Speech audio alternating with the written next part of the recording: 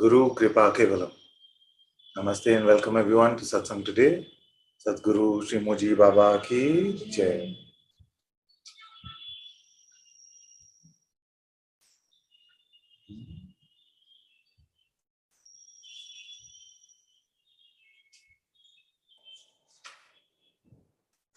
Okay, let's go to Loni.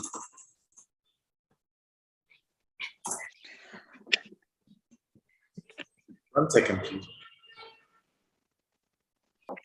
please. Sorry about that, my dear. That's okay. Hello, Ananda.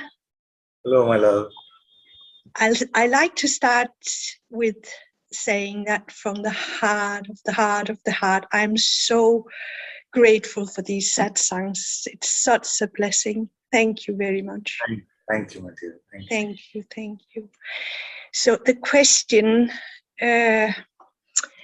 I don't know if it's a question, but it's what I'm going to say now is nonsense, but I have to say it anyway. For the past long time, it's been felt like living in two worlds. Yeah, it's like seeing that everything, the body, thoughts, emotions, the surroundings, whatever is arising inside of me or I, or you know. And then there's still this sense of a me inside the body. Mm-hmm. And this is probably still the play and the ice cube still melting, but the identification can be so strong. And it's also seen that is lessening and lessening, but due to the very, very, very difficult finances and some kids suffering, identification showed up. So there's a lot of praying for this merging and for this letting there be only one.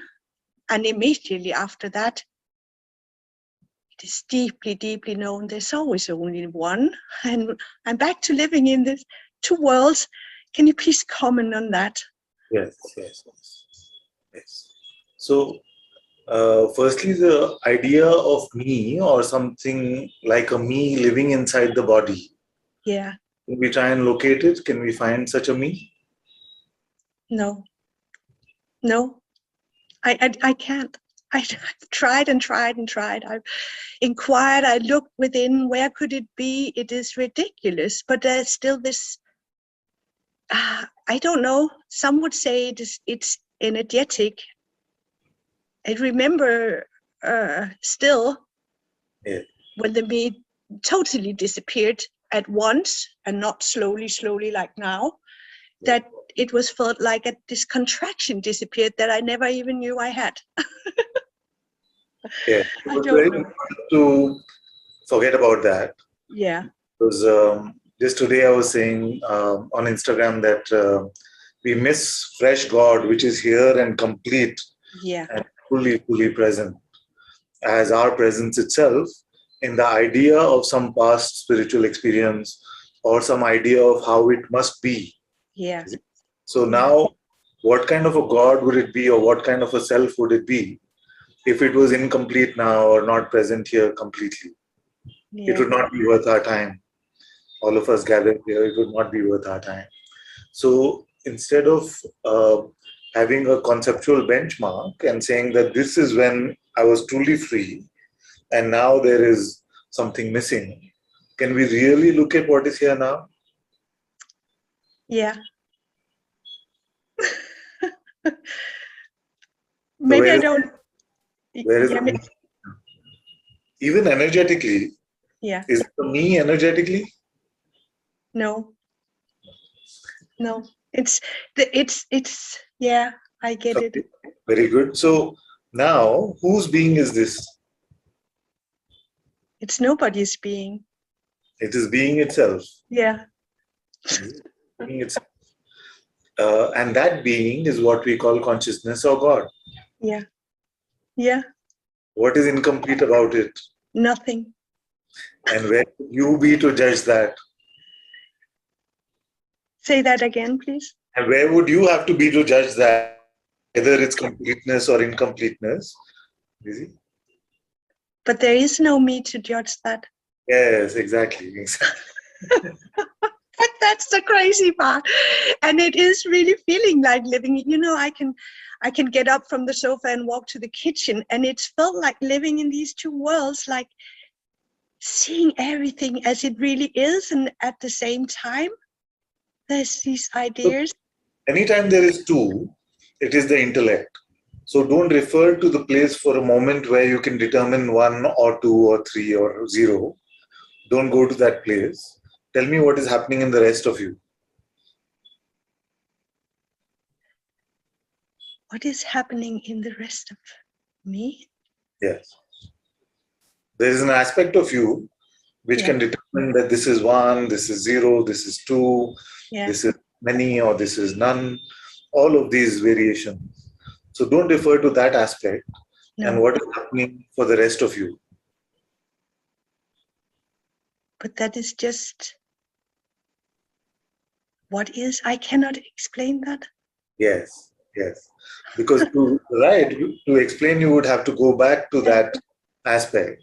So how is it without referring to that aspect? Any trouble? No. But please help that this stops going back to that. Even that is in that aspect. I know. That aspect is designed to do this. Consciousness has designed it as part of the Leela in a way that there's an aspect of itself which it has determined. The job is to convince consciousness itself that it is limited. You see, so that aspect will keep doing that job, and within that it will keep saying, please stop this, make this stop, please. I can't take it anymore, which is the cry of the spiritual seeker. But the spiritual seeker is still referring to the same guy and saying, okay, now this one is now asking for itself to stop, which itself is getting energized every time we listen to it. You see what I'm saying? Like Bhagavan said, it is like the thief dressed up like the policeman pretending to be the thief. Yeah, I get that. Who is listening to it? Yes, that's a good question. Okay. I actually mean that question. Who is listening to it? Who is here? It is just consciousness. And that's why I said it is consciousness itself which has designed this part of the itself to play in the delusion. And then this is also designed, this aspect, satsang aspect, which is the heart voice or the voice of the intuition, to pull it back home from that. So in a way, it is consciousness speaking with consciousness, where it is reminding itself, don't go to that limiting aspect of yourself, come to the aspect where all these determinations, whether it's one, two, what is happening, all of these don't have any power or attraction over us. Yeah. It's like, the finances, I still know it's in the play.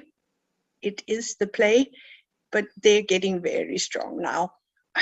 On the bank account, there's for one more rent, and I've applied for so many jobs. And I know that there's no me inside here that can do that. It is all, But Grace is so beautiful. Over the last 10 years of sharing satsang, I would have heard these reports so many times. And yet the ending of those reports usually is that somehow, with some grace, something just worked out or showed up. It's God's problem, and God will find a way. Something is really serious or something like that, we can always be in touch. We can always see what we done. So and then I do see that it's just yet another distraction. Yes. There's one distraction and one solution to the distraction. You see, now both are in front of you. You see, both are in front of you as consciousness. Embrace your heart, embrace your truth, and then the distraction can seem to have some gravitation, can seem to exert a pull on you. but it will not last. In your embrace of love to your own being, Yeah. it cannot last. Right now there is me saying, I wish I could believe that, that it would not last. So, where is that? Where is that happening? It's still happening in the mind, isn't it? Yeah, it just shows up. Yes. You know, everything has been through such a deconstruction that I wouldn't even know what we talk about when we talk about mind or intellect. It's just thoughts, ideas showing up. Everything is just a thought and an idea. It's very simple then. Don't know what the thoughts are also talking about. Yeah.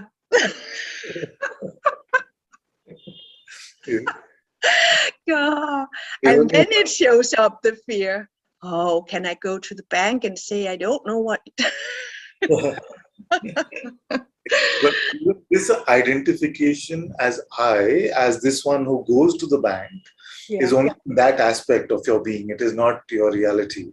Oh, thank you. Yeah. Otherwise, this body can move anywhere, but you are not moving. You see? It is images on your screen.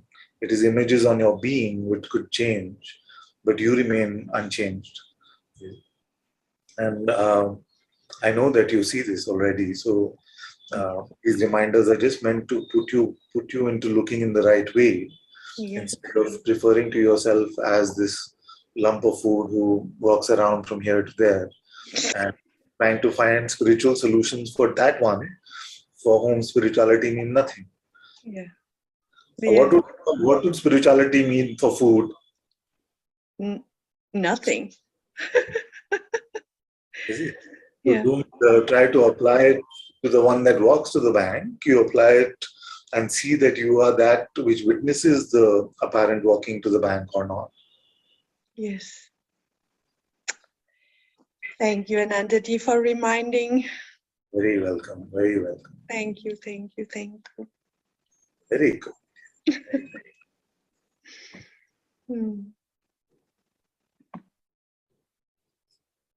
Okay, let's go to Muni. I see him next. Hello, Guruji.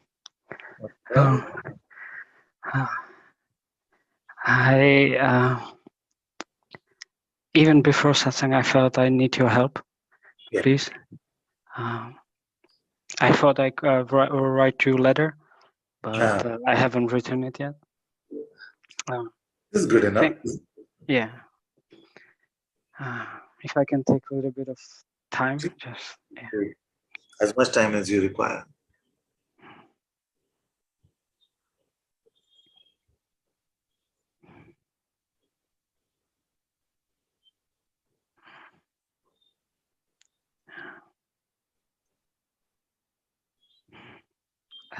I noticed in these days the mind is going crazy, quite crazy. Like thoughts like I'm so confused. I like this, and I feel I don't believe in them. Yeah. But it's like they're still coming, and maybe I try somehow to stop them. And when there are no thoughts, then okay, all is good. But then when they come, then I start suffering somehow. I don't know if I'm expressing really what I want to say.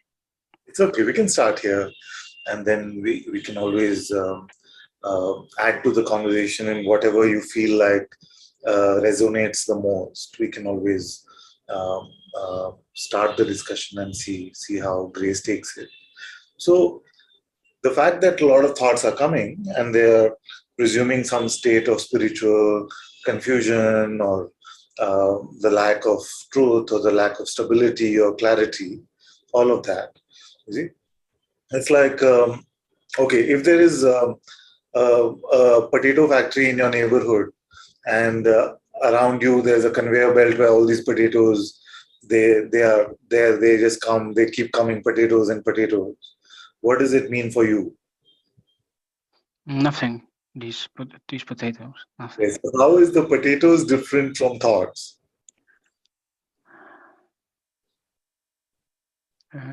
I must confess there is no difference. Just objects of perception, isn't it? Yes, Now, yeah, what is happening with these objects of perception is like the potatoes, but they have a hidden message, no? Not even hidden, like an apparent message painted on them. yes. And that message you feel like could be like a fortune cookie predicting some future or giving you some life advice or something like that. You see? So now these are fortune cookie potatoes, which are coming to you all the time, you see, and it feels like you have to see what they're saying, and you have to get a sense of belief in them, saying, oh, they're really talking about me, because it seems so true. I am confused, you see, I am really confused, I am really lost. But then when you inquire, and I'm sure you inquire, what do you find? Who is the I that is confused? It's not real. It's even when I simply like, I usually don't inquire into them because I see them there like nothing. Then state comes and then it goes, and it's like what was like, it's even when it's here, it's like it's energetically felt, like sensations come with it, like usually like fear, discomfort, whatever, and but it's and then it goes. Yes, yes. So that doesn't sound like much trouble. If when you inquire, you see that there is nobody who's suffering, and the thoughts don't have as much meaning anymore, then that is pretty good. No? Yeah, yes, but it felt like I'm still suffering them, but I don't know if this if I'm making something up now. Don't Yeah. worry. It's not a test of anything. Just relax. It's completely fine. So just one tip I have, and for all of you, and I used to say it very often earlier. I don't recall saying it much now. If you go digging under the ground, how many tomatoes will you find? Probably no, but no. And if you go climbing a tree, how many potatoes will you find? No potatoes. No. So if you go to the mind is the seller of these limiting ideas, of the seller of confusion, the seller of suffering. You see? So if you don't go to the mind, you're naturally in what we call the heart. So in the heart, you have no trouble. But if you want to be able to go to the mind and still not suffer, then that is a acrobatic feat which you don't want to try and attempt. You see, because there's really no need to do that. The mind will continue to be the machine which is designed to sell you your limited idea of yourself. And don't expect that to change. So let its narrative happen. You see? Take it like a storybook which is there, but it's like an audiobook. Maybe that's a good metaphor. So it's like an audiobook which just runs all the time, but it's up to you to get involved in its narrative or not. The audiobook will not force its narrative on you, because you are consciousness, you are God, the greatest being in this universe. The whole universe shines in your light. So you cannot be forced by this tiny, measly audiobook to follow its narrative. But if you feel like, if you want to, in a way, although want may not be the best word, if consciousness wants to play in this way, then it is free to. Satsang is the reminder that consciousness is built into itself, like the alarm clock, saying that you will get suffering if you go to the peddler of suffering. So let's look again and say, okay, suppose the mind is constantly giving you all these ideas about you suffering in some way. What does it mean to your reality?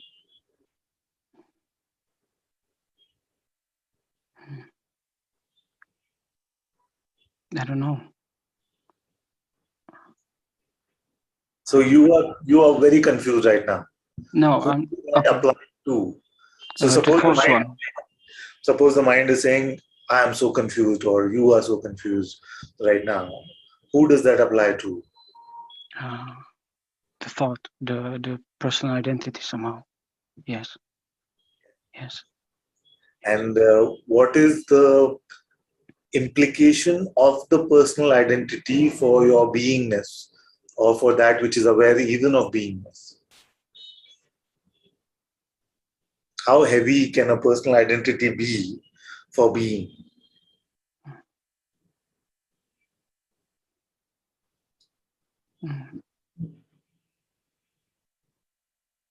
I don't know. Can you check if it has any weight at all? Just check for yourself if it has any weight at all. Right now, there's nothing playing. Yes, this is maybe the question. This is it, maybe. Yeah. Yeah. It is? Can you define it? Can you put it in words? What is it? What is the question? What you asked me, like if like the flow of thoughts is like somehow, if the belief is not given, if it's still somehow disturbing me, I feel that's what you asked me. If it's a problem for me when this is happening. Yes. Even if the thoughts were to be identified with, can you locate the me, which really is there? Is there such a me, or is the me just part of a fiction that we end up believing? Yeah, it's part of the fiction. You see? Yes. Because yes.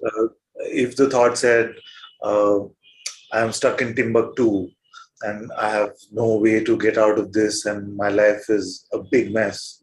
You see, I need to get myself back home somehow. And you ended up believing that. The consciousness has the ability to make it seem true as a belief, you see. But consciousness cannot ever limit itself really into just the character which is stuck in any way. You see, to see that is very important.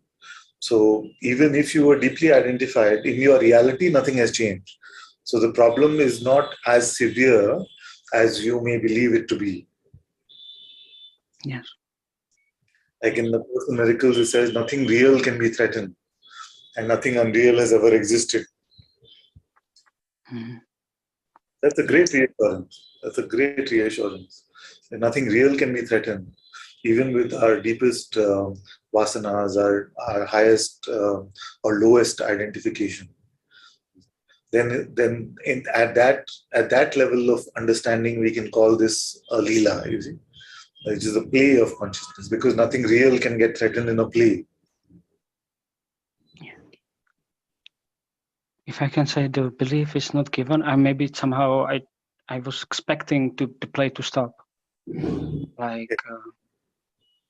yes. You know, the song we just played, it translates as saying that this whole game is 2 days. You see, and then this after 2 days, this game is over. So, which it's a short play. All of it is going to finish soon. Don't worry so much about it.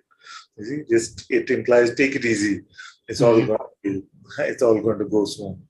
So what is it that you want to stop? Nothing right now. Nothing. Yes. Yes. And if I can say one thing, I remember this telling you already this, but you said if we go to the mind, but here if I can confess, it's like the mind comes to me. It's like I feel I don't choose to go there. This is very good. This is very good. Okay, so now we're getting to the crux of it. How does the mind come to you? In its appearance, it comes to you, isn't it? Yes. Just like you're sitting, looking at your window, and the sun rises. Mm-hmm. That way, it comes to you. Okay, so that aspect has to do with attention. You see, that you do not force your attention to the mind, but it appears in your attention. It appears in your perceptions. Agreed. Now, there's one more step to log in, isn't there? Yes. Okay, and how does that happen? Somehow the belief is given. The belief is given. Yes. Yeah. So this belief, you see, this belief, like if I said to you, there are 17 oranges in your room at this time, you see? And suppose it is not coming from Guruji, So suppose it's a regular friend who's telling you there's 17 oranges in your room. You see, will you say, oh, but belief just gets given? You see? No, you say, no, I don't believe you. You see? If I say to you that there are 3 unicorns waiting to enter your house, no. So it's not something that is just given. You see, where those attachments, those desires, those notions which seem true to us and we've nurtured with our belief in the past, when thoughts about them come, you see, then the gravitational pull of those beliefs can seem higher, and yet it is consciousness itself which gives it the belief. You see, so for consciousness to remain open is a possibility, to remain empty is a possibility, or to believe in that notion is a possibility. So when Papaji said keep quiet, he's talking about this quiet. He's saying let it all come and go, you be quiet.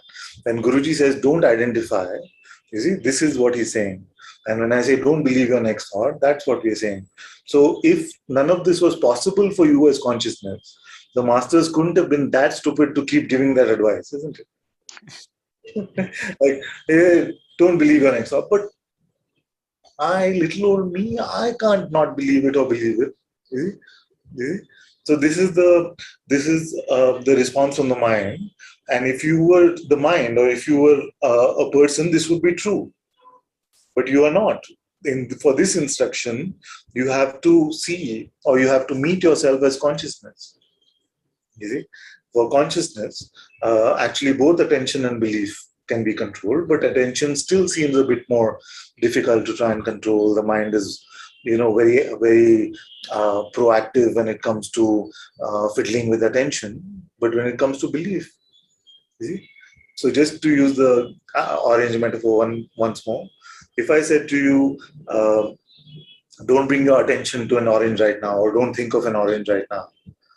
Yeah, orange appeared. Orange appeared. So attention, but if you're a yogi, then you say, don't think of orange.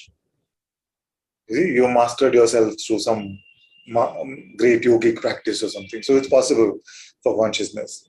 But if I say, don't believe you're an orange, it's impossible to believe myself into an orange. Like so now, how different is an orange from a man?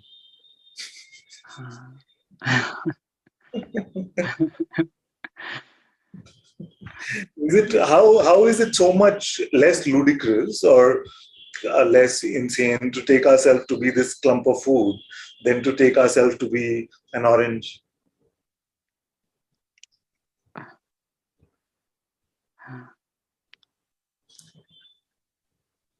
I don't know. I don't know. I feel I'm not. So let's take that a bit deeper. No? So orange, yes, it's too far out. So let's hit closer to home. You see. So what about a good person? Believe that you're a good person. No. Right. Believe that you're a spiritual seeker who's had true insights. It can come. It can come. The thought can come. Can come, and it's not believed somehow. Like yes. Believed. Then you're a spiritual seeker who is confused. No. At least now, no. I don't. Yes. Like, now is good enough. Now is good enough. Yeah. So this is actually, it is as absurd to take yourself to be an orange as to be a bundle of flesh and blood.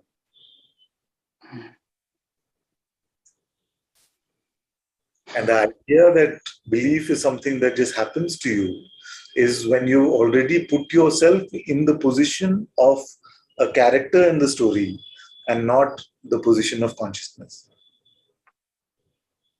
If I can say, I love this, what you shared, because I've checked this in one satsang before, like when you said, like, let it all come, let's see what gets you.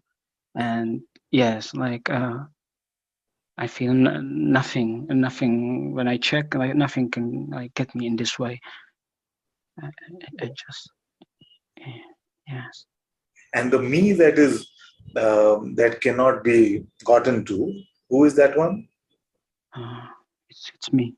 It's I would say the true me somehow. I don't.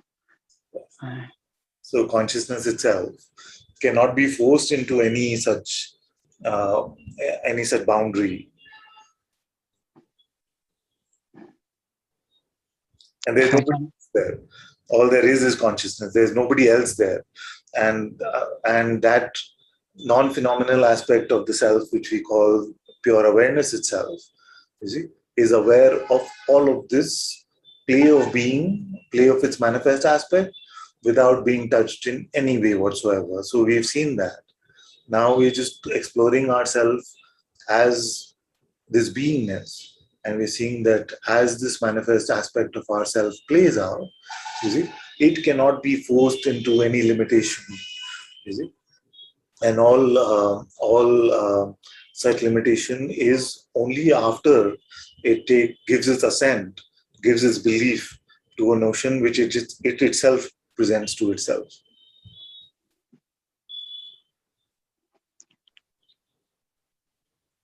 When you say now, when we've seen it's untouched, I hope I'm not being arrogant when I speak like this. When you say like it's not like I'm confused about it, but yeah, I hope it's somehow true here. I don't know. Yes. It's good. In fact, I don't mind when you speak from your highest insight. You see, it's music to my ears. You see? Very, very good. I never feel like it's, and if it does at times feel like it's arrogant, I'll tell you. So you don't have to worry about tracking that. Thank you. If I can expose one more thing, like when, like usually it is like when there are no thoughts, somehow it can be that there are strong sensations. Like just somehow just wanna say this, that sometimes it can feel like very, very strong. Yeah. Very, very, yes. Yeah, it's natural. As our attention is not getting diffused because of thoughts, otherwise in the usual human condition, a lot of our attention is with thoughts, and then we are giving some attention to that which we are experiencing. As that attention becomes more and more available, then the sensory vibration of this existent realm may seem to get amplified, and everything may seem to get amped up a bit. Of course, as you're creating the space within your being, there may be other sensational movements and things, energies aligning themselves in certain ways. So it's all grace. It's all grace. We don't ever have to be concerned about that. Thank you so much. Thank you so much. Thank you for it's. Thank you that this is even possible. Thank you so much. Thank you. Hey, always welcome. Thank you. All my love, my dear. Thank you. Okay, let's go to Eka.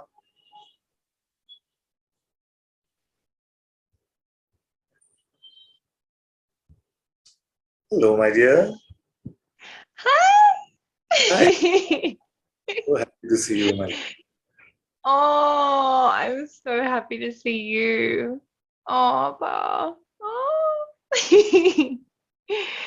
Really, I just wanted to say hi. Yeah. Are you in Australia or where are you? Yeah, I'm in Australia. Yeah, got no questions, nothing to report. Just wanted to say love you so much. I saw something from you the other day. Maybe you were recording some of your exhibition and something. I don't remember, but I sent you all my love.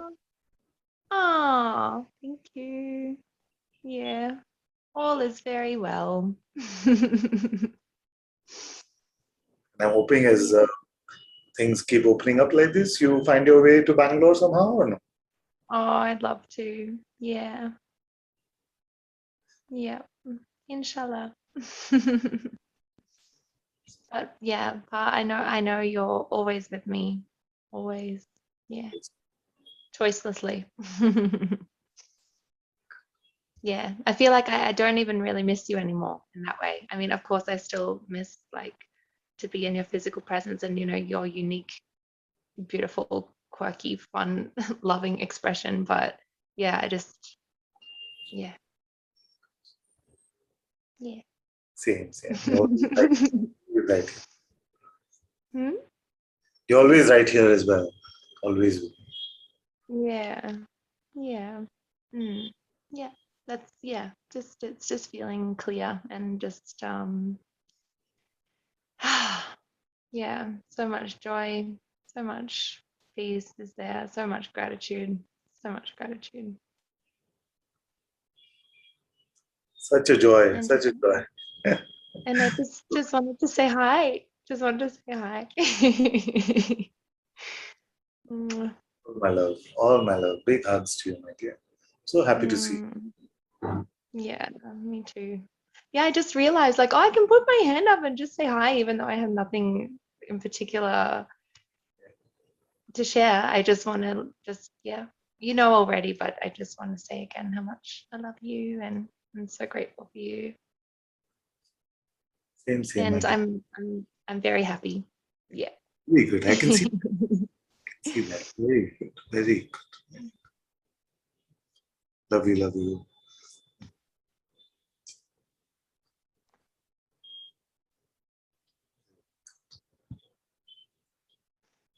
Let's go to Aniko. Hi, Ananta-ji, thank you very much. I just would like to ask you about something about the awareness, but I don't. Sorry? You want to ask me about the unspeakable one? Yeah. So I try to explain what I mean. So I understand then for the awareness doesn't make a difference between the whole universe or just a piece of grass or even the dreaming state and the waking state is just the same object of the awareness. But you now the last I don't know few weeks always a question coming back to me then what if there is no any object what is the awareness without the object? Because if awareness is always awareness and is just always here, then it must be here without the object as well. But me as so is no, I don't know how to ask this question. For example, in the deep sleep there is no any object, and I don't know if there is awareness or not, because if awareness is always have to be here and is not perishable, and if I am awareness. Let's pause at that point. So you don't know if there is awareness in deep sleep. Yeah. But you know that there is deep sleep? I am not sure. You don't know whether there is deep sleep. No, it's just something I thought they teached. Yeah, I don't know. Because I just only know if I am dreaming, because I have a remember of the dream, but I don't know if there is deep sleep. Really, I don't know. You know what it would feel like if there was no gap between these states? Then it would feel like you're a time traveler or something. No? You would feel like you're Doctor Who without the machine, without the TARDIS. So what will happen? If you did not experience deep sleep, it would just feel like you're just traveling between worlds, traveling between universes, and you can't tell the difference between any state. That now this is so. Let's take a simpler example. What time did you wake up today? At 10 o'clock in the morning. At 10 o'clock? Yeah. I was waking up a lot of times actually at the night. Every 2 hours I wake up, and after. I'm not judging the time at all. Don't worry. 10 o'clock. And then how do you know that you woke up at 10? Because I wasn't dreaming anymore. I was I seen the room and I knew this is a waking state because I am here in the bed and it is just always like this every morning and I see the time. Yeah, it wasn't like this before when I went to sleep. So this is how. Why is it not that you have been awake and just the scenery changed? No, because if there's no gap between states, then what is only happening is that just the imagery is changing. No? As if you're a time traveler without having to press any button. Suddenly, you see, at 10 o'clock at night or 11 o'clock at night or something, just the world changes. Then you keep going, then you go to another world, then you go to another world, and then you show up in this world. You see, it's just continuing.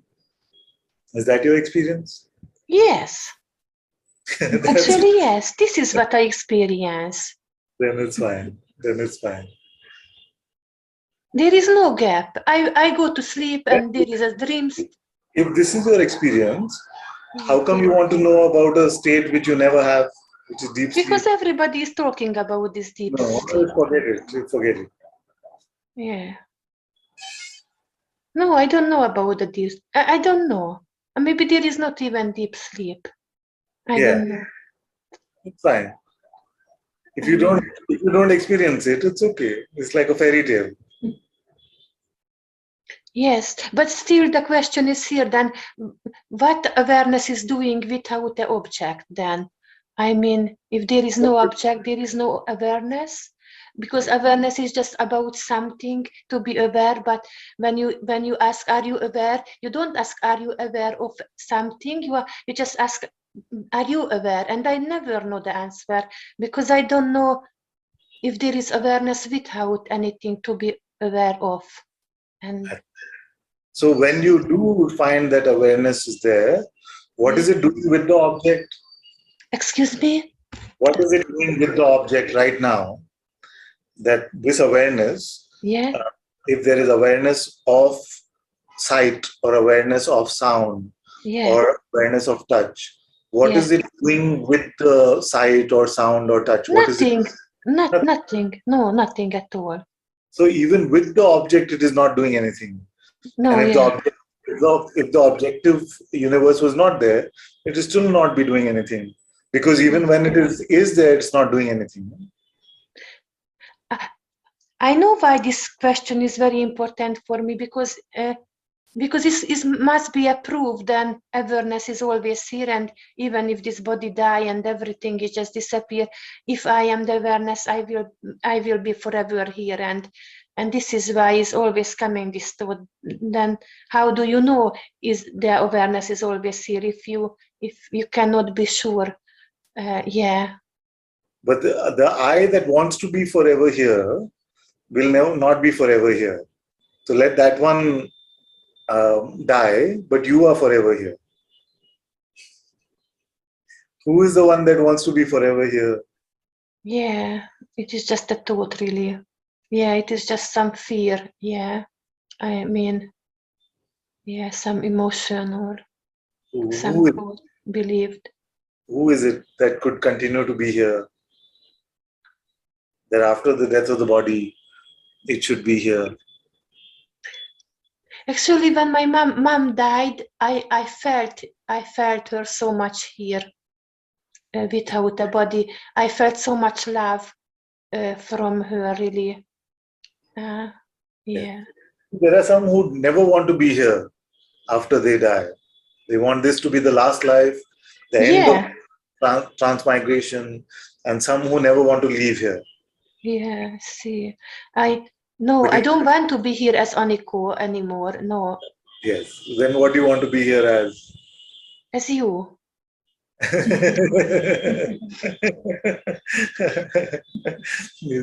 So if what is the difference between Aniko and you and the you that you said? Oh, much difference is all the word, everything. I don't know. I don't even know what is the difference. This is how much this difference is. But you still want to be here. Yeah. So that you're talking about, and I'm of course accepting that with full love, but that you is your own self. Is your own self. So that self, it is independent of worlds, but the worlds are dependent on it. You see? Now you don't have to verify any of this.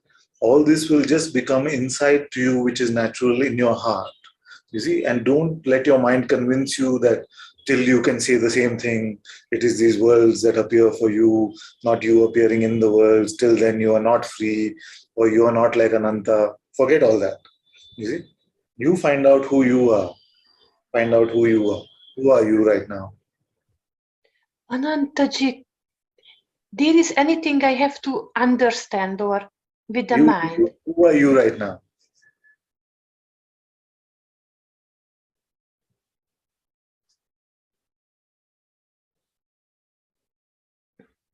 I don't know. Who is the I that doesn't know?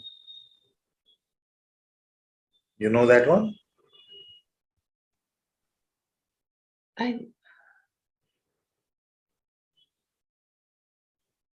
No, I don't know. I don't know.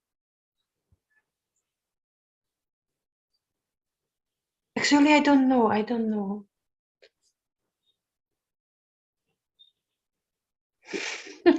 I really don't know. Okay, so when you say I really don't know, you're telling the truth, no? Yes. In that statement, there is an I. You see? Yeah. Who is that one? So you must be basing it on someone or something or some no thing to be able to say, I don't know. So the don't know part I understood. Which is the I part? Who is the I? Who doesn't know? There is no I. Who knows that? It's just known. No one knows that there is no I. What is it? What does all this mean to you?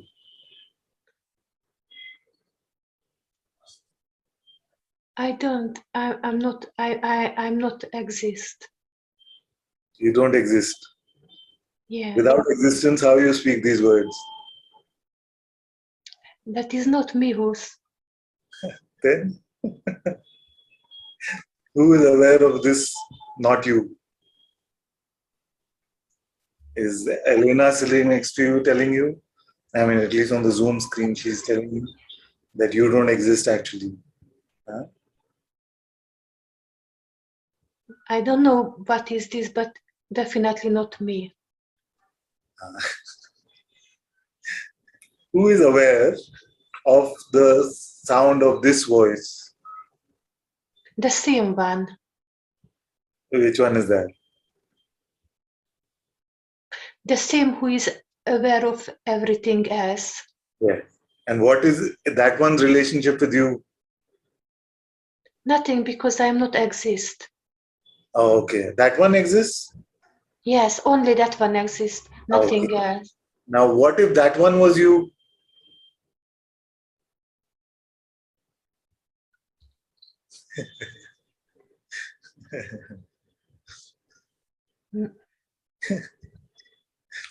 No, it doesn't. No.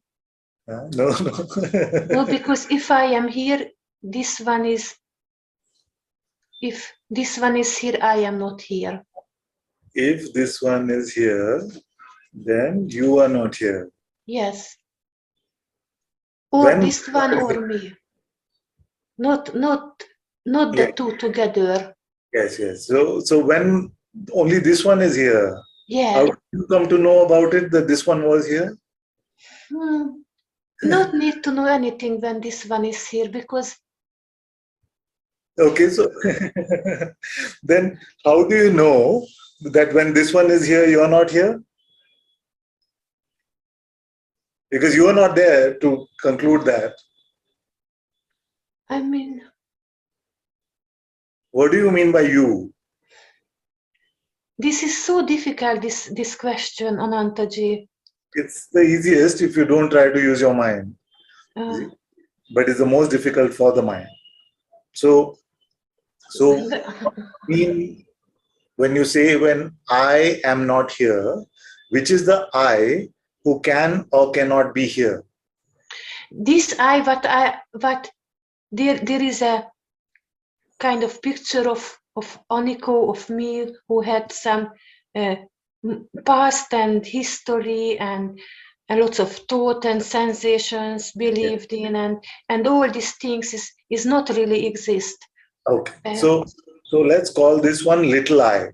Okay. Okay. Just for this conversation, let's call this one little I or limited I. Yeah. So limited I is not there. No. Who is aware that limited I is not there? Nobody is not having any is. I cannot say a name of or anything. Yes, yes. It's But just, you are still there to be aware that there's nobody is there. yes. How different are you from that nobody? Sorry, Ananta-ji. No, it's fine. I love it. It's fine.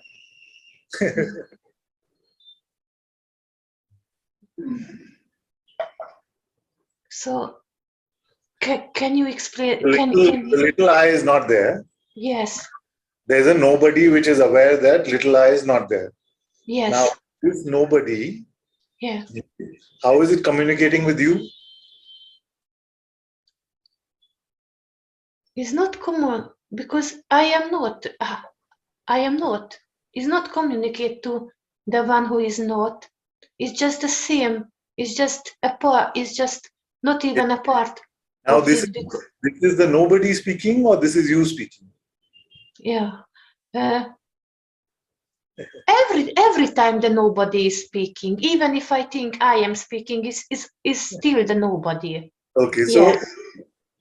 just to keep it in the same construct, let's call that nobody big I or the self. Okay. Okay. Now, The self is now tell us what's happening. okay. Self is everything. Yeah. Yeah. And self is everything really, and or I don't know. Yeah. I is little I or the Yeah, self? this was just a little I, yeah. Yeah. I don't know. There is still the little I and there is the self, but the self is the little I, but the little I is not the self. Yes. Yes. Yes? Yes, completely. Yeah. And yeah. Oh, yeah, yeah. The self is always just the self and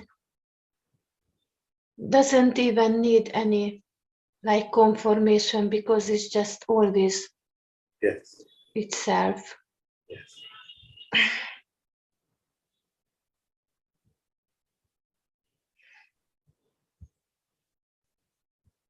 So I'm not sure now about the question really. Good.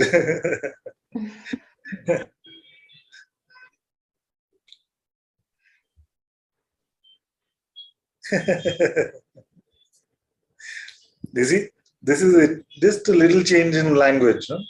Because it is language in the intellect which confuses so much.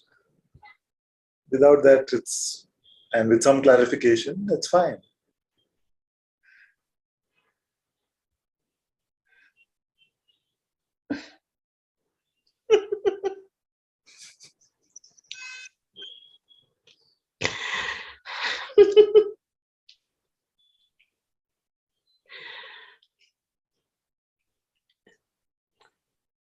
I can't even tell you have a good sleep.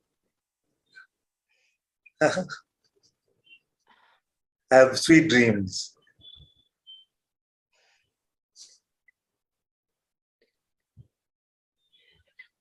Ananta-ji, just a bit of fear came up.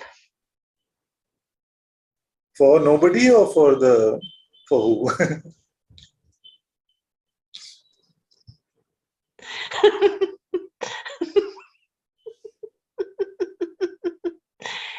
Actually, it was kind of feeling of sorrow for my little me. No? yeah. Yeah, yeah, I see now. Thank you so much, Ananta-ji. Thank you, my love. Thank you so much. Thank you so much.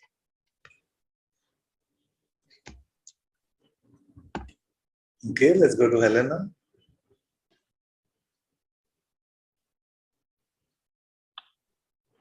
Hello, Ananta-ji. Oh, my love. Thank you. I just put it up my hand because I felt that I otherwise would move away from the subject. Can you hear me? You felt what? It was not so clear, my dear. Okay. Well, I'll change. Yeah. Otherwise, I would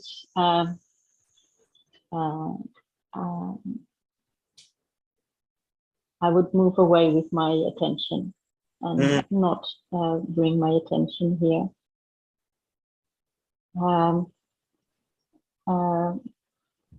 Although I see that it is a mind's its play to I see there is for a long time some victim identity, and although I know it's play, it's still. Can we look at this for a moment before we go to the next topic? So, the victim identity only means that there are thoughts which I believe about myself about being wronged in some way, about being victimized in some way, that wrong things have been done to me. Isn't it? Isn't that the victim identity? It's God's solution. It's chattering in the head, and I jump on that train. Yes. What is the most attractive victim thought?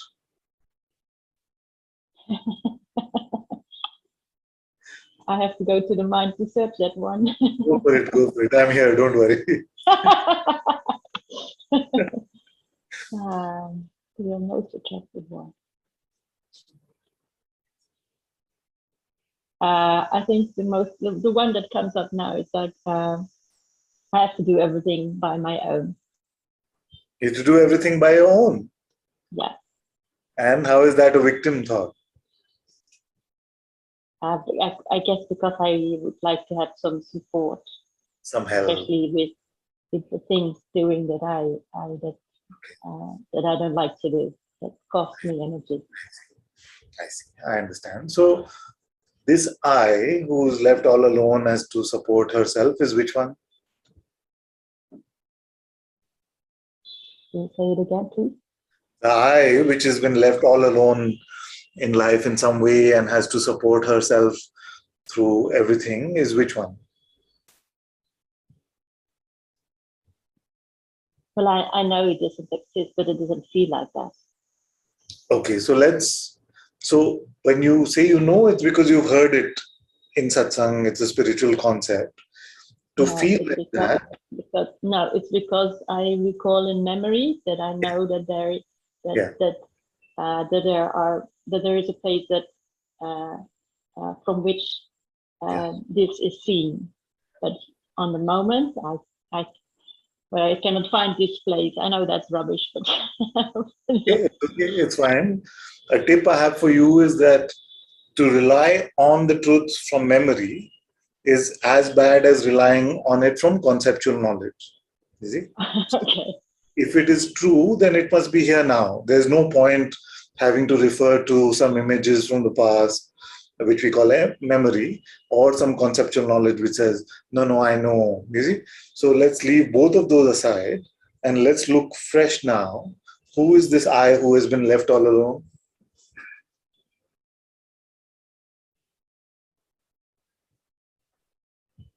It feels like me. Okay, let's look into that. when you say it feels like me, what is the feeling that is there? Is there a tangible feeling that you can notice, like a contraction, or what is it?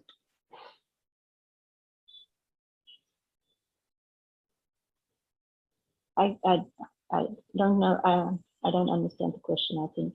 Okay. So you said it feels like a me, and I was asking if that feeling is a tangible contraction, like felt in the chest or something, or is it just a thought which is saying it feels like me?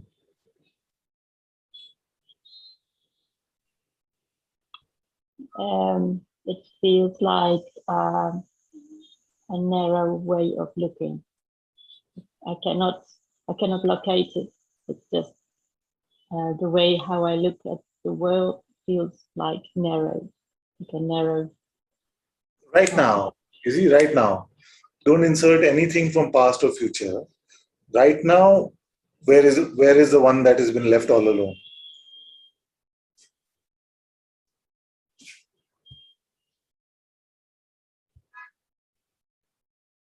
Is it the body which has been left all alone? No.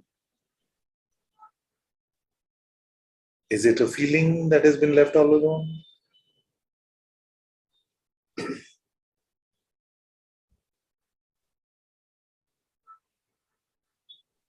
don't know. It feels like feeling.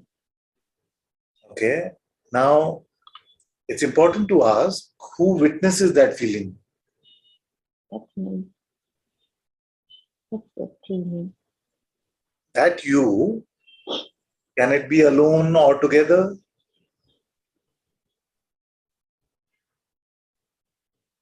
That's where I'm lost. I don't know. Let's look. That which witnesses this feeling of separation or aloneness, is that separate or one or neither? Not yet.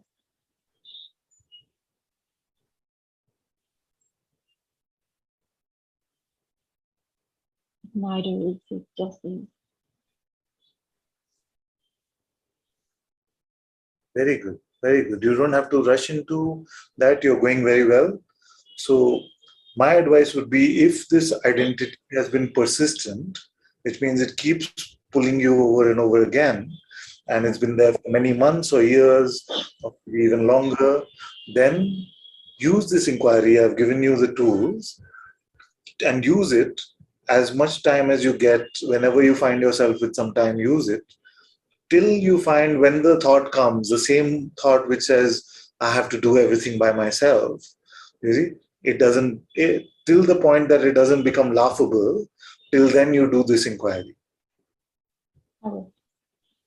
And it will become laughable. In the inquiry, which is so potent, and you realize what you really are is so far removed from what idea this concept is selling, that when the seller comes back with this idea, at some point you will only laugh. Yes. Thank you very much. Thank you, my dear. Thank you. So I want to tell everyone this, that although usually I'm just saying, like this is gone, like this is gone, which is true actually, it's all gone right now. Many times with these persistent identities, it can feel like we need to just pull them into our inquiry and just don't worry about them going away at all. Just keep looking. Who is the I that is aware of it? Who is the I that is suffering? The right questions will show up in your inquiry from your heart. And in looking at them this way, you will find that these notions, these concepts, will lose their sting, will lose their poison. And after a point, they will just become light and laughable. So this is very helpful for these long persisting notions and ideas. Thank you very much. Thank you. So welcome. Okay, let's go to Edwardas. He changed his spelling of his name.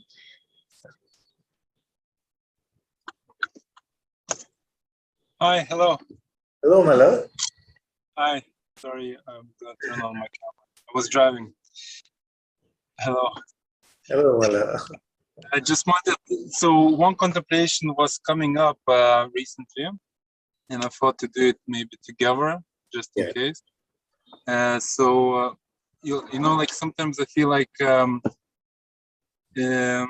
with this, let's say the feeling, the feeling is the same when I say, for example, oh, I wish it was more like this and not like that, and also so whatever identity is behind this, or whatever, because there is a same sense of I who is saying this, and who would say, oh yes, I cannot find myself, oh yes, I'm beyond my thoughts and feelings, you know. And it seems that whenever I say one or another, I feel it's coming from the same I. Yes. Okay. And yeah, it just feels a bit funny, because it seems like, oh, but if that I, which is like a supreme I, wouldn't be saying those things, oh, I really prefer this and not like that, oh, I really don't like him, or stuff like that. Maybe not so much, but you know what I mean. Yeah. Yes. So everything is coming from the one source. That's right. And yet, in the worldly play, we have identified that there's an aspect of this being which is talking about how we are so limited, how we are the body mind, and we have a duration between birth and death, and all of these things. And there's another aspect, which is the intuitive aspect, which is pointing to the true nature of the self. You see? So although both are made up of the self itself, as in the play, as we refer to the limited aspect, then we play with the game of suffering, with the game of taking ourselves to be so small and stuck between birth and death and all its problems in the middle. And when we don't refer to ourselves in that way, we refer to ourselves from the heart or intuitively, then all this pain or suffering of human existence seems to be much lighter. You see, so of course everything is the source of all things is the self, but the self playing in the manifest world then chooses to suffer when it plays with its limited mind, and chooses to let go of suffering and just is able to live freely without mental slavery when it doesn't refer to the mind. Is that what you are asking in some way? Yes, it's just what it comes down to. It's it feels like and in either way, nothing in reality is changing. You see, that's why I said nothing real can be threatened. So even if you play fully identified, and we keep playing this game of identification over and over again, it doesn't matter in reality. You see, but somehow in the design of the play, there's also this yearning for letting go of the play of suffering and coming to rest in some sense of beingness or some reality. maybe this is what it comes to now, that I don't seem to have, don't see the difference between my, let's say, the limited self and universal self. Yes. So the limited self you cannot see anyway. It is just like a fictional idea that if you heard a story about yourself and you believed it, then there's no actual entity like that which is created, but it seems real because you put your belief into it. Your real self is that which is aware, you see? And you cannot see it perceivably, but you are aware of it. So when I ask you, are you aware now? What do you see to confirm? You don't see anything phenomenal, and yet you are able to confirm. So the limited self cannot be seen because it is not there in the manifest also, and the true self cannot be seen because it is beyond perception. Okay, and then how to know when I'm speaking from which place? Don't worry about where you're speaking from. If you're suffering, you're buying a wrong idea about yourself. Otherwise, chill out, be happy, don't worry. Okay. Also, just, you know, sometimes maybe what comes is but I shouldn't maybe be having strong opinions. Yeah. Like I should be fine with everything a little bit. But, Are you suffering from them? well, no, but You're making others suffer from them. not that I suffer, but well, actually, maybe, because it feels like, as I say, I don't. It seems like it's coming from the same source. From the opinion would come from the same source as it would come from. Oh, this is me, unlimited. You know. The axe murderer and the saint both come from the same source. Who will you invite for dinner? Yeah, obviously.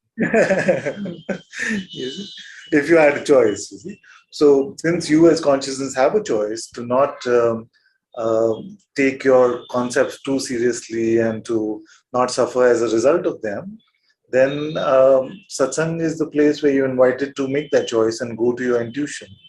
You see? Everything comes from the same source.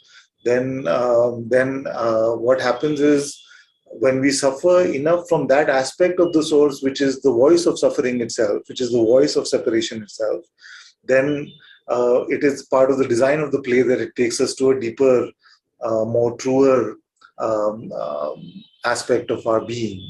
Although both continue to be as much the self, and yet letting go of ignorance, letting go of the limited idea about ourselves, brings a certain spaciousness in our life, which we all clamor for in some way or the other.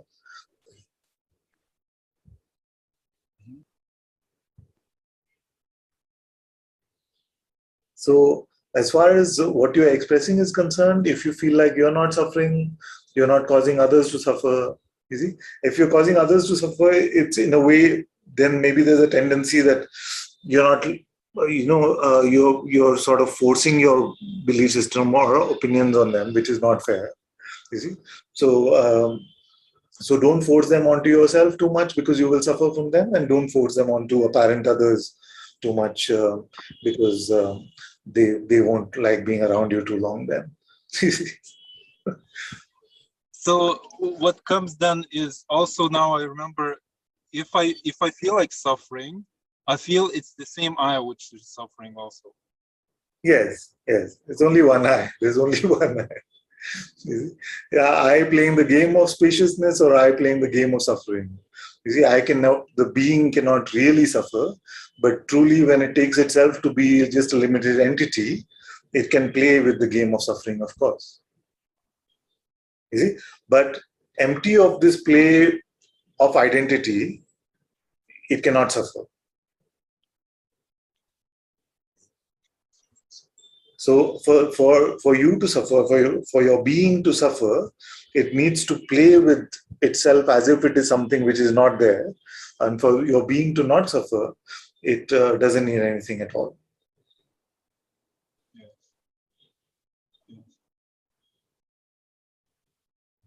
Yeah, I think it's solved. It's just probably that the only thing that was coming, which that I don't see myself shifting. Oh, I feel in the person. Oh, I feel I'm there. Don't have to. Yeah.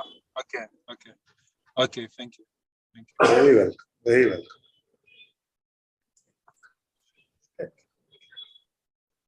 Okay, let's go to Gemma.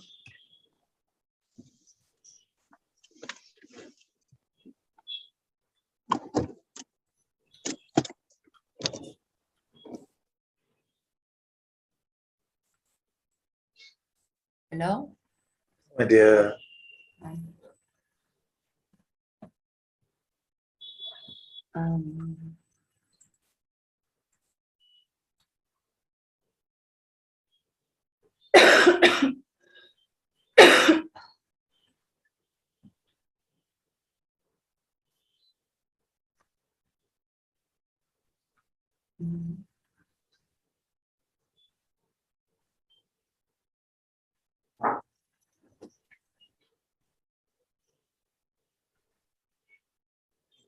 I can see you.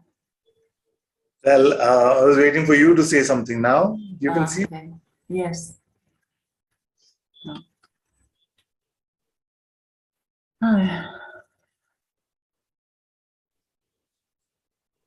Mm.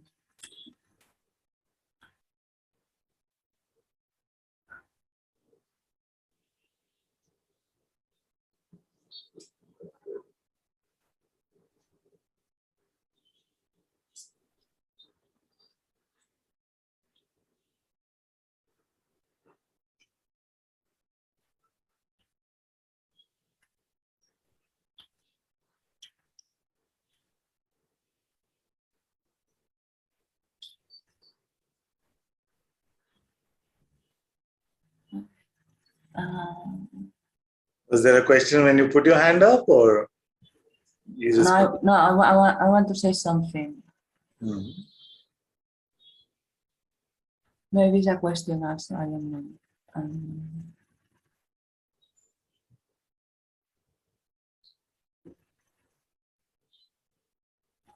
Okay, let me see. A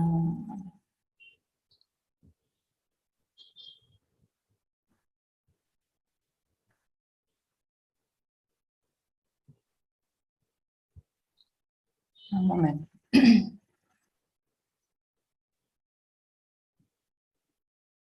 Moment.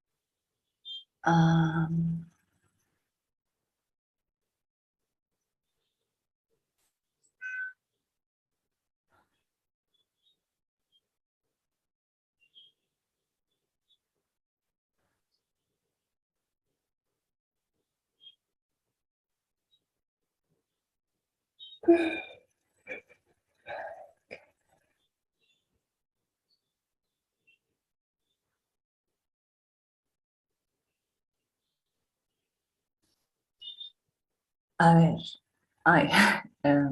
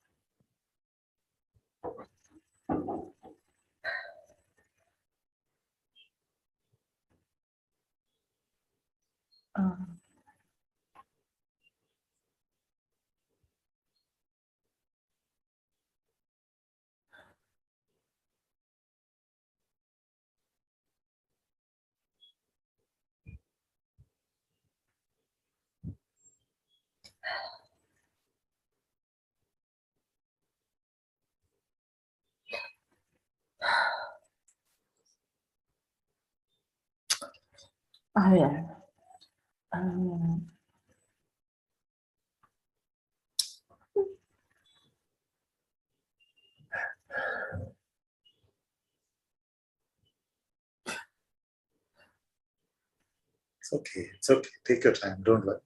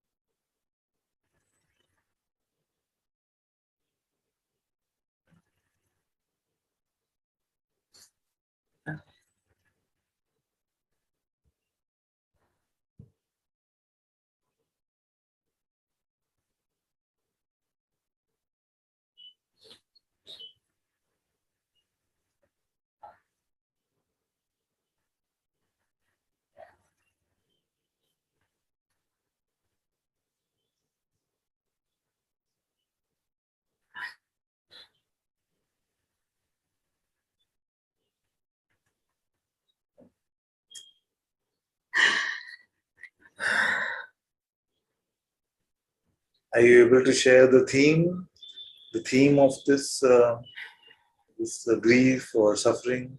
What? What is the theme or topic? Are you able to share that? Can you repeat again, please? Yes, I was saying that this grief that you're experiencing or suffering that you're experiencing, are you able to point out the topic or the theme of that suffering?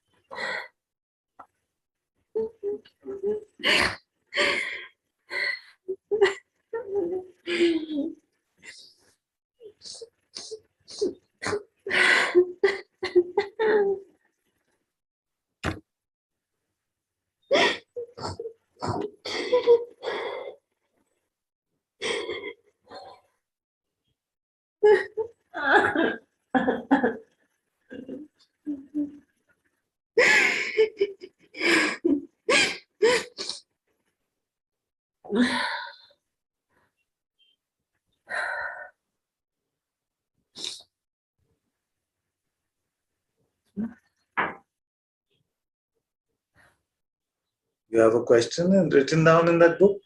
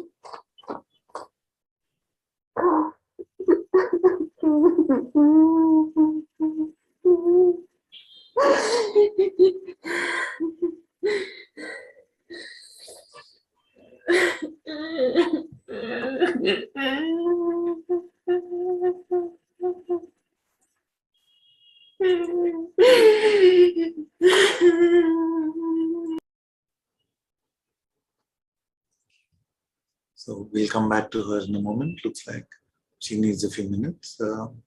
Let's go to Madalena.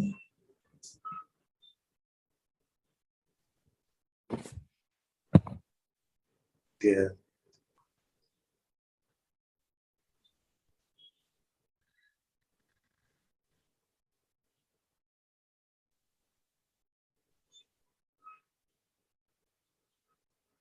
Very good. I received the good news with a lot of joy. Very happy to hear this.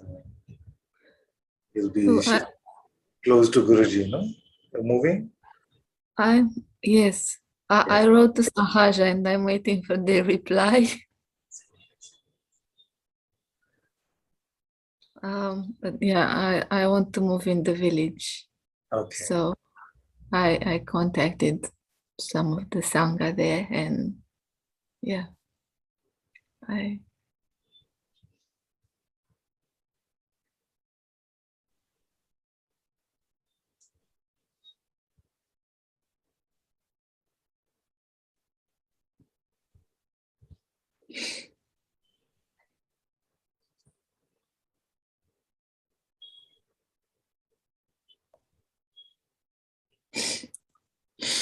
I think I need to expose the fear that Yeah. comes with this process. That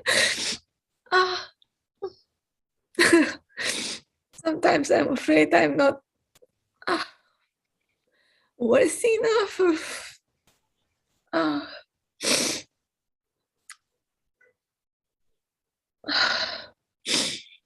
Worthy of what? Sorry. What are you not worthy of? Of being in that holy place. I don't know. So you have to be super holy already to go to holy place. I know it's a thought and I know it's stupid. Okay, but these feelings can be there, and they're very silly actually, very irrational, because it feels like the master has this sort of table in which he has some worthy ones and some unworthy ones, and the worthy ones are deserving of his love and attention and everything, and the unworthy ones are not, while at the same time continuously talking about oneness and how everything is the self. Is that how it could be?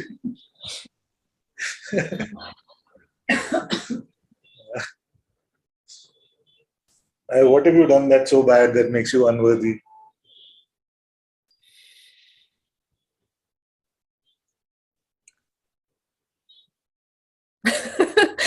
I try not to get too much into this thought. So I didn't analyze, I didn't go that far. But yeah, there is an organic The organic belief in unworthiness. it's an organic fear of something. I don't know. Yes, it's a natural sort of almost like a idea of being a bad child or something. Yeah, I think this week, since I made this decision, I think the good thing was that I knew how to breathe in and breathe out deeply. I had to practice that for a bit, and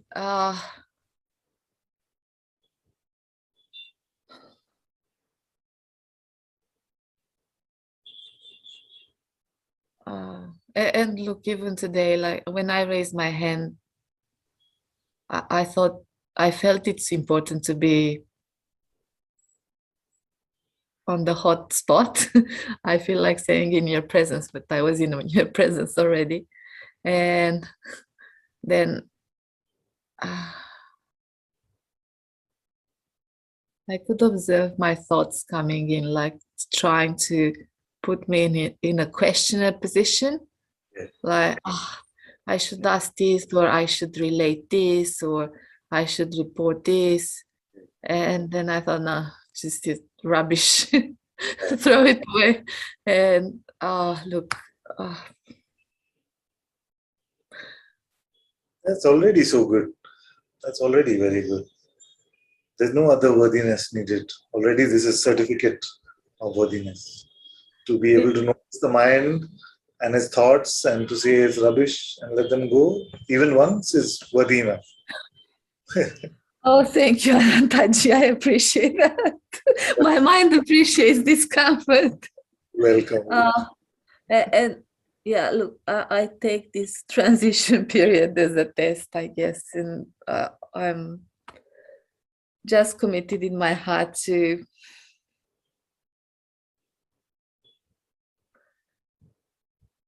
apply every pointing that I gathered from the satsang. Or I was talking to a friend today, and I said to her, look, maybe it's time to practice one pointing. Don't believe your next thought.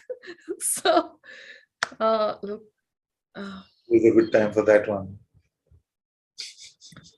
It is a high time for that one.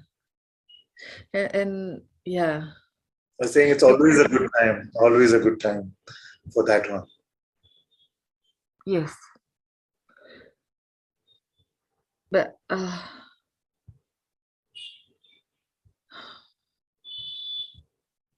and look, I feel we've tried believing our next thought for a long time.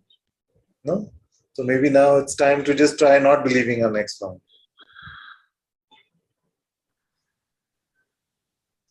Like believing our next thought is not led to a lot of fun.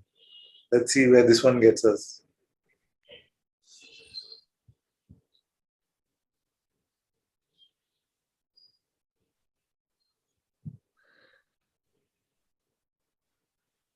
To Sahaja.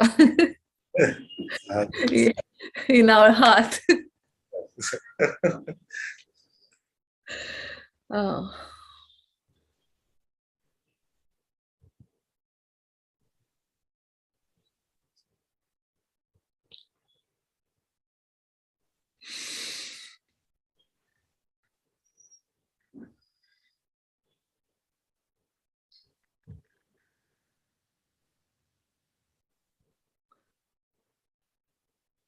Uh, is it wrong if I don't feel I have a reason to go to Sahaja? Like I can't dig into my head the right reason and draw a conclusion. And like you don't feel like you have a reason to go to Sahaja. like in my head, I don't think it's coming from it, and I don't feel like justifying it. And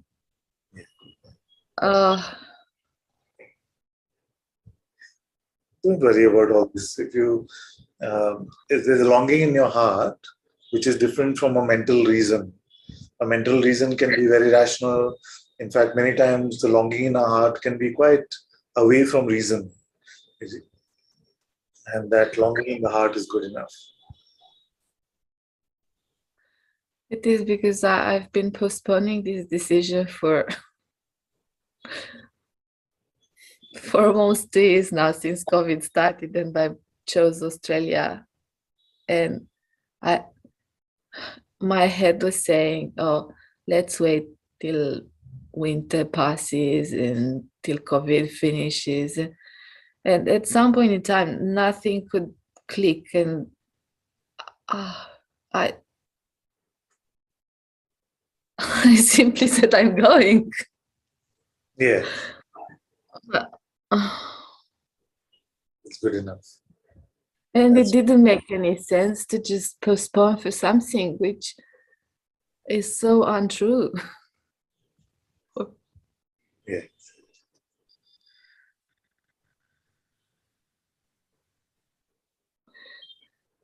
And Anna is such a good mirror, and I think, look, her connection with Guruji and with you is so strong that when we had 2 weeks ago, when we had the satsang in the night, she normally sleeps through the night.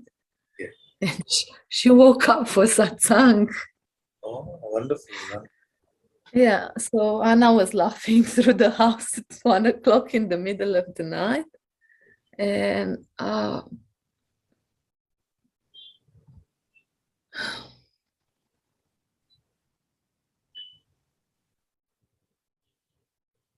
it's almost like I can sense a sort of rationality trying to put all the pieces together, but the pieces are just not put togetherable, and something is mildly struggling with that, but your heart is happy with that. So I see both aspects of you at this moment, where something is just it's so beautiful, but something like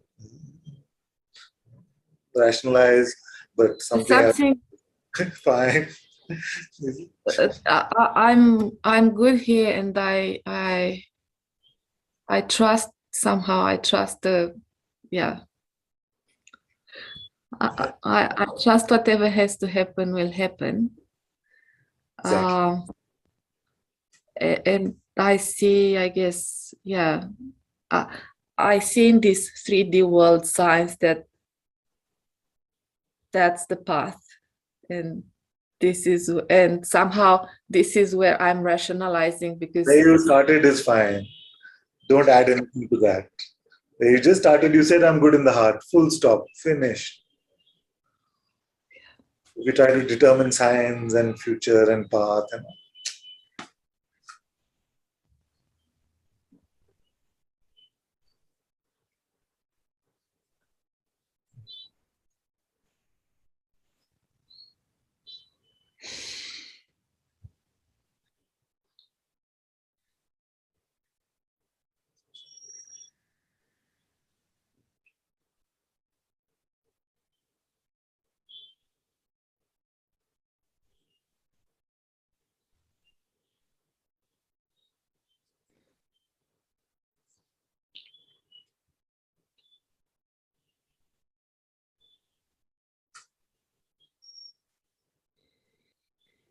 Just let your heart win this tug of war. You're free that way.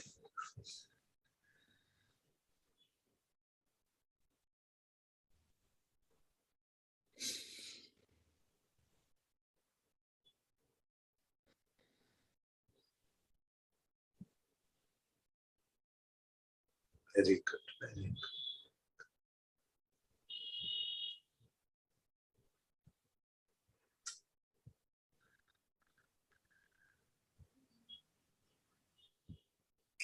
Thank you. Thank you. Thank Yes. you. Thank you, my love. Thank you. Very good. Let's go to Rikus. Hello. Hello, my love. Hello. There are so many questions. Ah.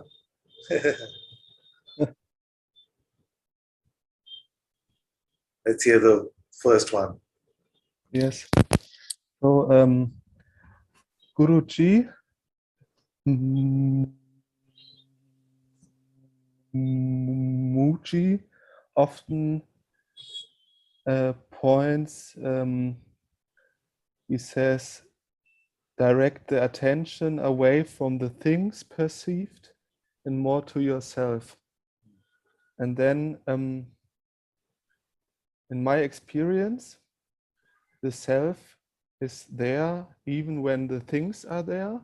And then, I don't know how it happens, but then the things I don't perceive so much and a great silence come, for example. Yes. But there's no difference to the self. Mm. It's just a silence in the mind, or? Yeah. Yeah. There's never actually any difference to the self.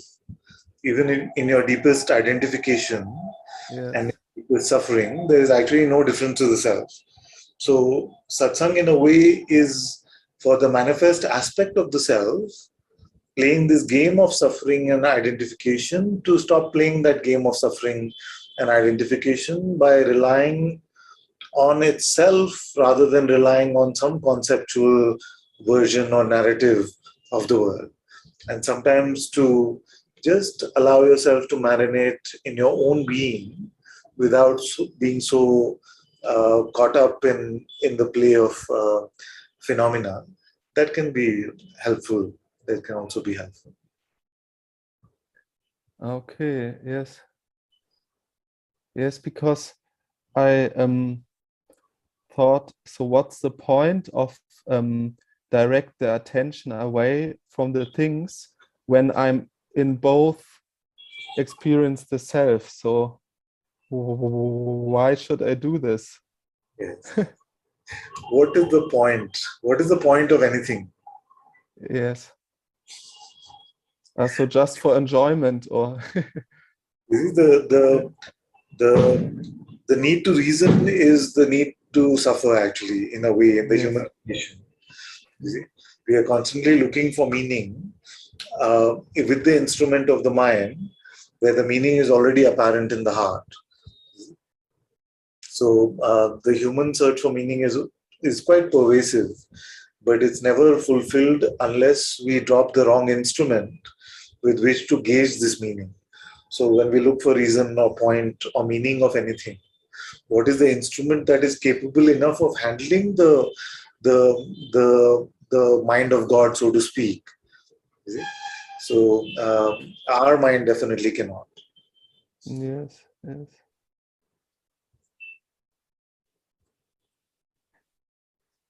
Yes, and in connection with this question, so Muji Baba tells us that we try to rest the attention in the self. So my intuitive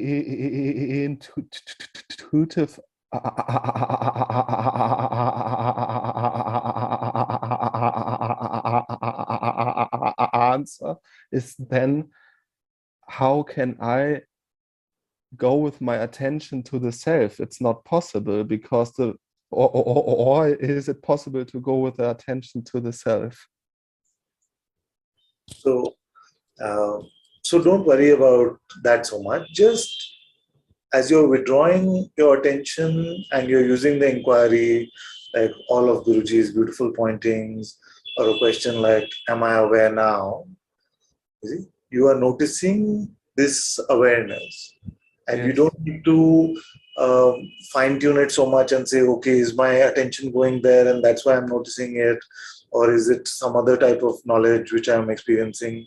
As long as the pointings are working for you, pick the ones that are resonating with you in the heart, and don't Yes. worry so much about those which don't seem to compute, because you cannot compute this thing anyway, right? So Mm-hmm. there's a lot of things that I will say which will not seem, definitely not sound rational.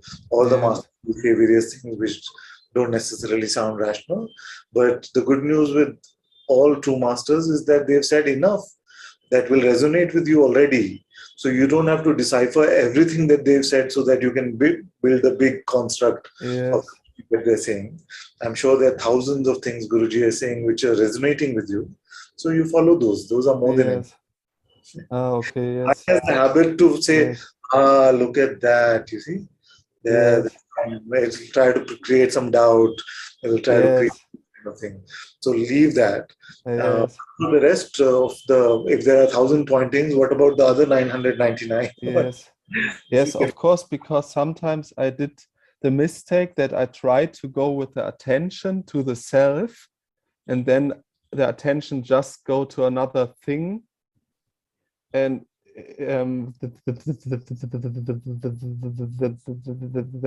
that brought me out of the self. So Well, it's something else meant. Okay. Yes. many times you will notice that even when I'm speaking, my eyes close like this because something feels more settled at times, and there's not so much of this visual stimulus coming in through the attention. So it's okay. It's not always so cut and dry. It's not always so cut and dry. So don't worry. It's Yes. all the pointings are there to support you. You can taste them for yourself, and you don't have to determine. In fact, we don't have the capacity to determine truly the ways of the master. So don't have to worry so much about that.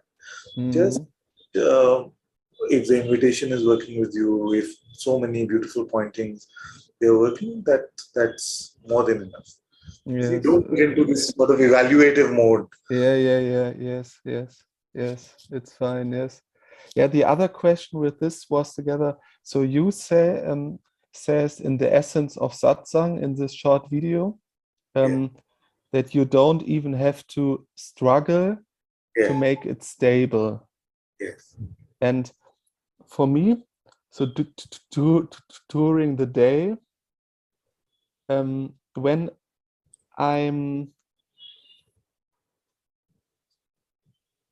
in activities and conversation with people, 1 or 2 hours, I come out and then I have to go in again. But when I try to stay in, there is too much identity that wants to stay in, and then it doesn't work as the same. So these both extremes I want to give you a tip don't which work. will help Yes. you a lot. I feel it will help you a lot. Yes. In this self-realization and coming to the truth, if you Yes. need to put X plus Y plus Z together, then you've already gone too far. Okay? Just simpler than that. Simpler than that. If you need to determine what this is, what that is, and therefore this happens, you see, we've already gone too far. Yeah. You're right. Worry about Yes. any of that so much. You see, the pointings are much more direct. And again, even in this case, if it is not resonating, leave it. There are some 17 books or something and 10,000, I don't know how many thousand videos on YouTube. So if something is like not resonating, if you feel like some struggle is necessary to come to stability, it's fine. Don't worry. I'm sure at some point I would have said that also. It's fine. Yes. Don't worry. There's more of course I want to have it stable. It's funny to say it, of course, but so yes. So Yes. What happened so- many times, I'll give you an example. yeah, Like Bhagwan sometimes spoke of the term manonasha, which means the complete dissolution of the mind. And then upon hearing that term, many spiritual seekers then become obsessed with manonasha. I want manonasha, I want manonasha, I yes. want manonasha. Whatever I do, I have to get manonasha. Do you feel like that sort of self-affirmation and repeating to themselves this thought of I want manonasha is leading them towards the dissolution of the mind or to more mind? I'm exactly this kind of seeker. I'm so this kind of seeker. That's why I say that your grasping or clamoring for manonasha is not going to lead you to manonasha. No, it's counterproductive. Exactly. That's exactly what I'm saying. So when I said you don't have to struggle for Yes. stability, this is what I was implying. But I've also said many times that as long as it feels like there is some effort needed to let go, you see, Mm, then it is good to make that effort. It's fine. You see? yes. So based on your temperament, based on the resonance which you're feeling, Yes. the pointings are given in that way. Yes. Yes, I think for me this is exactly good, because in the last week there happens something really beautiful. So I was really in a big crisis, and I gave up my wish for enlightenment. And I said, okay, now I just have fun, and when I want to meditate, or when I want to watch Satsang, then I do it, but I don't do it to improve myself anymore. And since then, so I didn't cling so much to the truth. And since then, it works really, really, really much better. Yes. So I don't even want to say it works. It works better, because this is the same old thinking to get it. But yeah, it can become a new position. Yes, that, yes. Many in spirituality, it's popular to say, I don't have a plan, I just live spontaneously now. You see, but they don't realize that living spontaneously is the new plan. Yes. So to be empty of these positions, all references, either this way or that way, you see. Yes. But what you're saying is very beautiful also. Yes, it's so beautiful. It's really beautiful. Just make sure, like you spotted yourself, very good, to not make a new position out of this. Yes.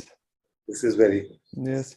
Yes, I already made sometimes a little bit. So right now, with the openness, there was so when I realize I'm not open now, I want to have it. Yeah. And then I try to become open to have it. Yeah. And that's not not working. So then it's better to just be not open, and that's it. Or what do you say? Well, just an acceptance of whatever, you see, an acceptance that this constriction seems to be present, instead of being in some sort of denial of the constriction. You see, but best I would suggest is just empty of all references.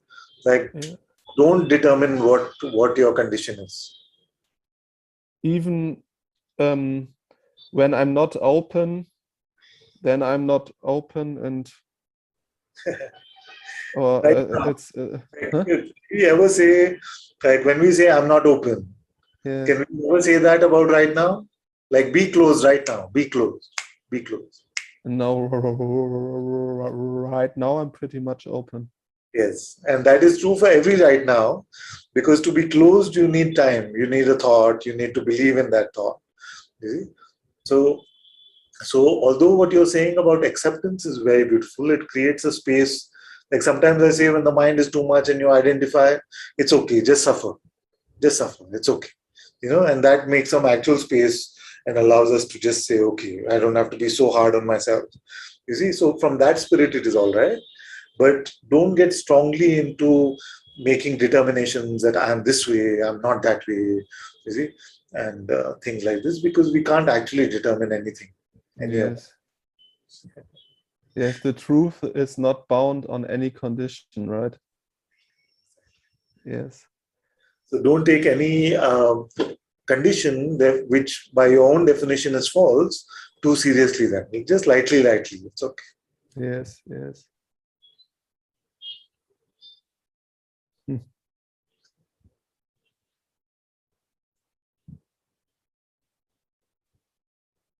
Yes, it's really good to check these few points. Yes, yes. And to have your confirmation that it's fine like this. Yes. Really good. Very good. Very good. You're going very well. You're doing really well. It's very good. Very good. Yes. Thank you so much. No, all my. Yes.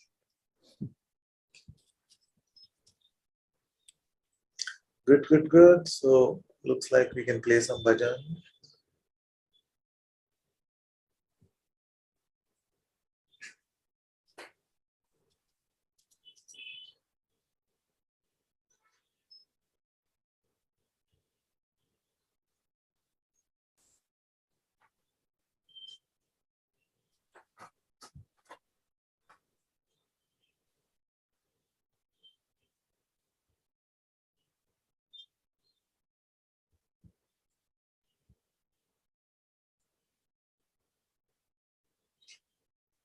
Let's play one more Kabir.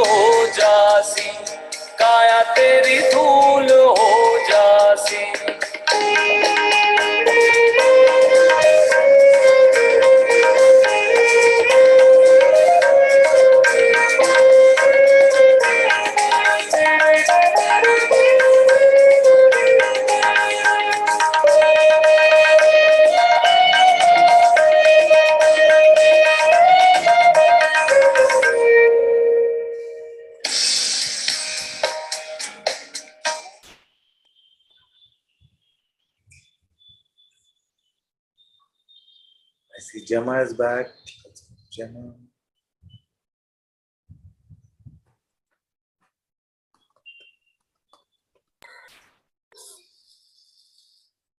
Love.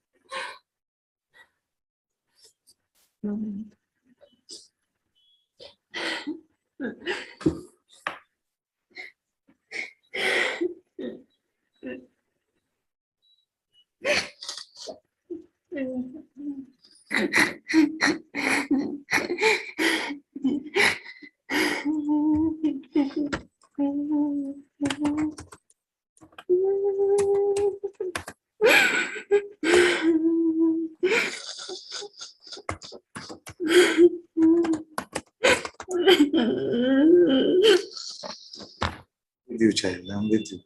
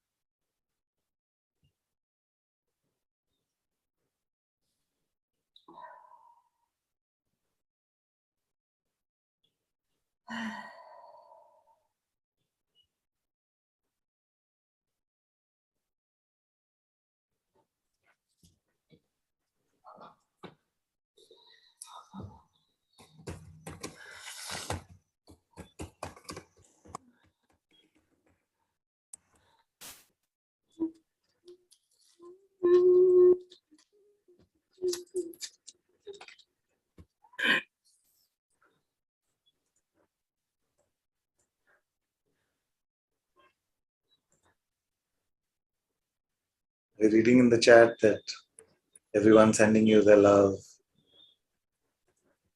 We're all with you. We're all with you.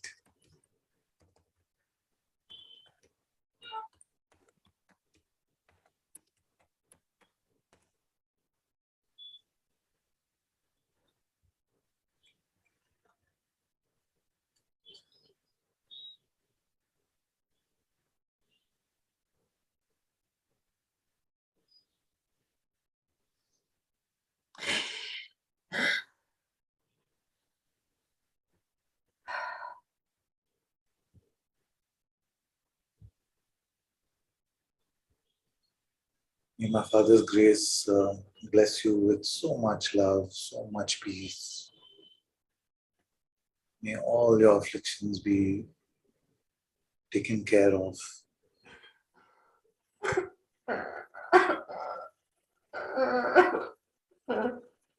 May you the direct insight about yourself.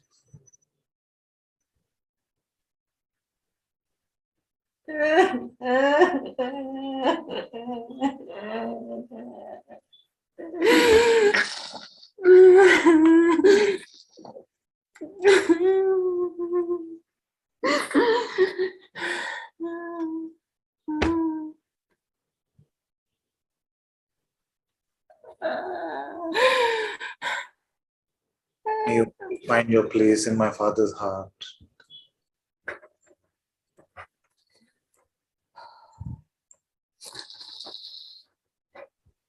May you see that everything is the grace of God.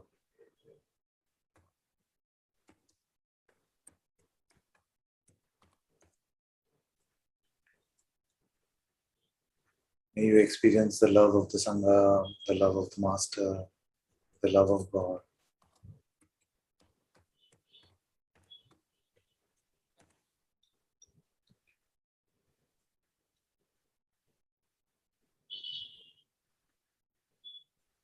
May this self-knowledge become apparent to you. And may all these things of the ephemeral world, which is just coming and going, may be seen as light as a feather to you.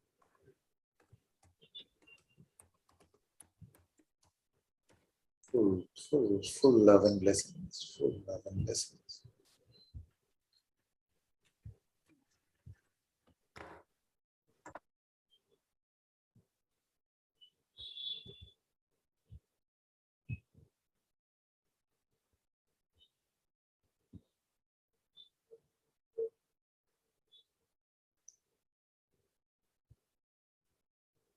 May you be able to distinguish between your mind and your heart. May you see that your being is the light of this universe, and nothing here can touch you in reality.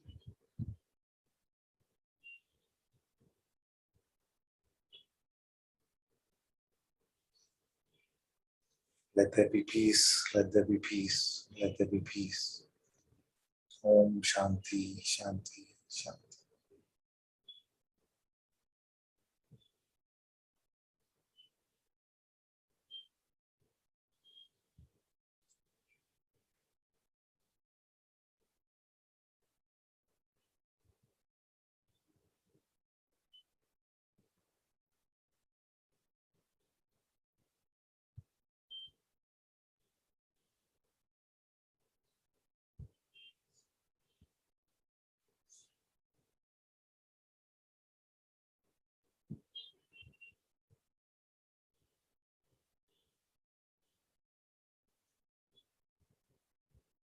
Sadhguru Shri Muji Baba ki Jai. Guru Kripa Keva.